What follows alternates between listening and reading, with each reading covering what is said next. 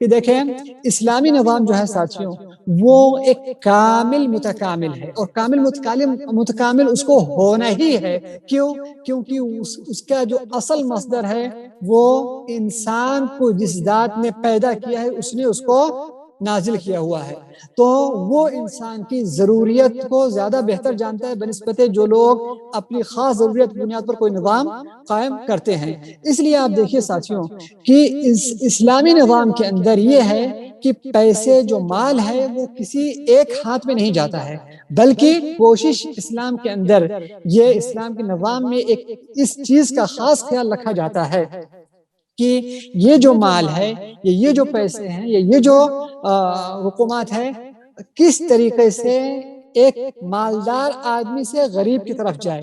اور اگر آپ اس پہ غور کرنا شروع کر دیں گے، دیکھیں گے آپ کہ اسلام نے کتنی ایسی چیزیں مشروع قرار دی ہے تاکہ وہ اس کے ذریعے سے غریبوں میں وہ چیزیں جائیں۔ سب سے پہلے آپ دیکھیے زکوٰۃ لوگوں پہ فرض کر دیا ہے۔ اس کے بعد آپ آگے دیکھیے صدقہ دیکھیے، اس کے بعد آپ آ کے دیکھیے وقف دیکھیے، اس کے بعد آ کر کے وصیہ دیکھیے، اس کے بعد آ کر کے آپ کیا کہتے ہیں ہبہ دیکھیے، ہدیہ دیکھیے، اس کے بعد آ کر کے آپ میراث کو دیکھیے، اس کے بعد آ کر کے آپ دیکھیں کہتے ہیں کفارہ دیکھیے۔ یعنی انسان غلطی اپنے خود کرتا ہے، قسم کھاتا ہے اپنے طور پر، لیکن نکالتا ہے کن کے لیے؟ غریبوں کے لیے، ٹھیک ہے کہ نہیں؟ بیوی سے غلط تعلقات غلط ٹائم پہ کرتا ہے، ٹھیک ہے کہ نہیں؟ اور کفارہ نکالتا ہے کن کے لیے؟ غریبوں کو جا کر کے دیتا ہے۔ انسان حج کرتا ہے، قربانی کرتا ہے، غریبوں کو دیتا ہے۔ حج میں کچھ غلطی ہوتی ہے، جا کر کے کن کو دیتا ہے؟ غریبوں کو دیتا ہے۔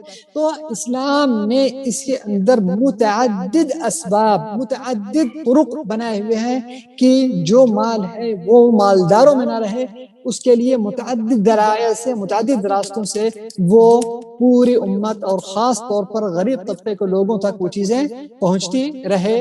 تو یہ اس سے آپ کو اندازہ لگتا ہے کہ اسلام کس طریقے سے جو ہے کہتے ہیں ہر طبقے کے لوگوں کا خاص خیال رکھتا ہے۔ اور مزید ویڈیوز کو دیکھنے کے لیے آپ ہمارے YouTube چینل کو سبسکرائب کریں۔ فجزاکم اللہ خیرا۔